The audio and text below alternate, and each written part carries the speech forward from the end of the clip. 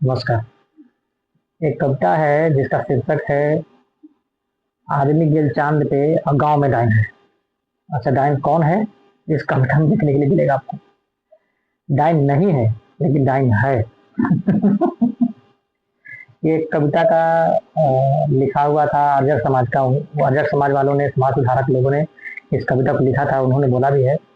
और मैं आर्य समाज का जो टीम है उनसे ये कविता लिया। भारत गाँव का देश है और गांव में पढ़े लिखे भी लोग हैं, अनपढ़ लोग भी हैं, सारे तरह के लोग हैं।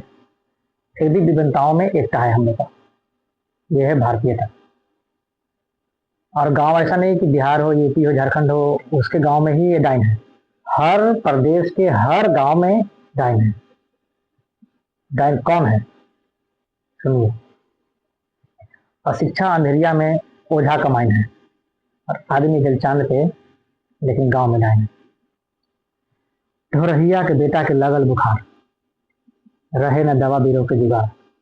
दवा न पुरला पे बढ़ गलक बुखार, आयल बल बके लगल कैलक ठोकर। तब झट देनी दौड़ल। अब ढोरहिया बेचारा गरीब आदमी, पैसा वैसा तो उसके पास में नहीं है दवा लेने के लिए। तब एक अलग उपाय है। क्या उपाय करता है वो? झट देनी दौड़ल और ओझा के ले आई। धूकुल लकड़ी बोझा से ले आई। मरचाई के धुकुन, मिर्चाई जलाने के बाद जो धुकुन मिलता है, मिर्चाई के धुकुन और छड़ी के मार, डरे उल बल कैलक बकार। तब मत मारी हमरा के, न तो हम मर जाई। पानी पियाई न तो दुनिया से चल जाए। ऐसा धुनाई कि छूट गल परान, धरैया के जिंदगी के लूट गल जहां। तब ओझा जी बचल कैलन उपाय, दाएं के करल हवा बेरन बताए।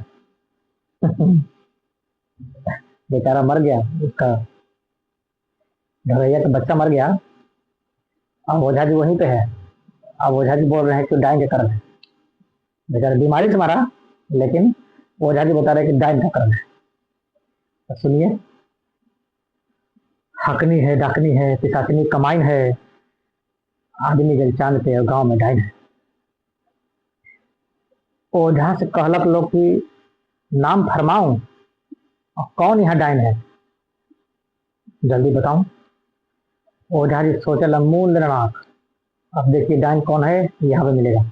ओझा जी सोचल मूल आंख। अब बटेसरा के बुढ़िया, कमकिया के सीध, कहनो भिखारी के देलक ना भीख। ओकरे ही करनी है, ओकरे है बान, आई हो दद्दा ऐसा जहाना के ले लग जान।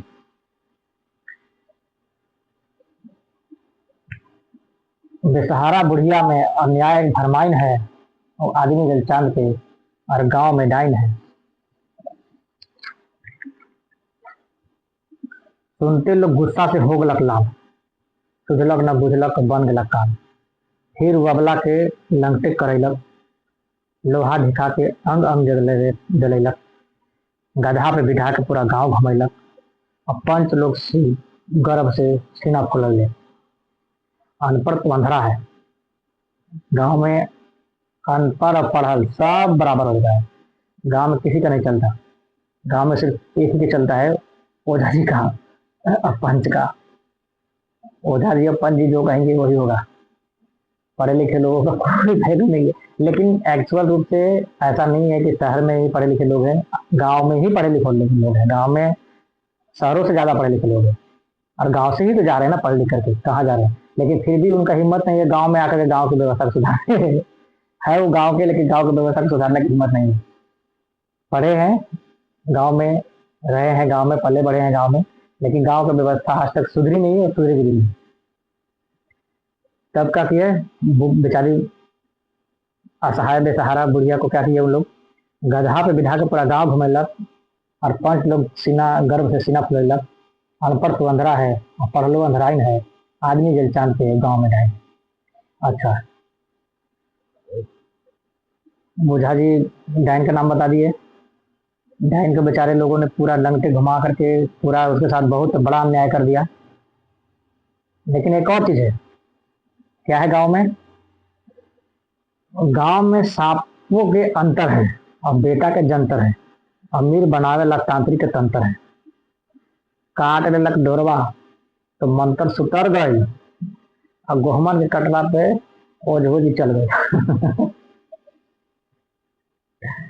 सोच अपन बदलू, बदलू समाज, रोगी के डॉक्टर से करूं इलाज, आंख अपन खोलूं और भ्रम मिटाइन है, आदमी के चांद पे गांव में डाइन है।